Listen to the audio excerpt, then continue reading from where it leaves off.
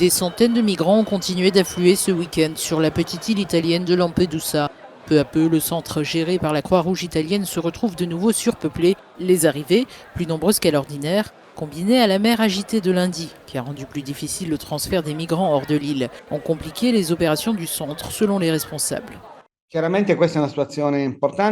Il est évident que la situation est critique et qu'il s'agit d'une situation d'urgence, étant donné que 4000 personnes se trouvent dans une structure initialement prévue pour en accueillir 800.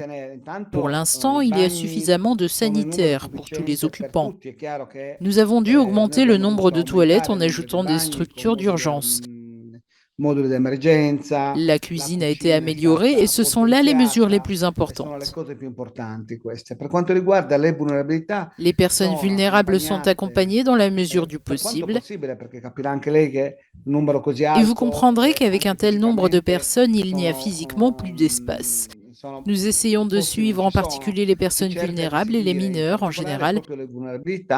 Nous suivons également les familles dans la mesure du possible. Le choix est donc évident car les mineurs non accompagnés sont clairement une priorité.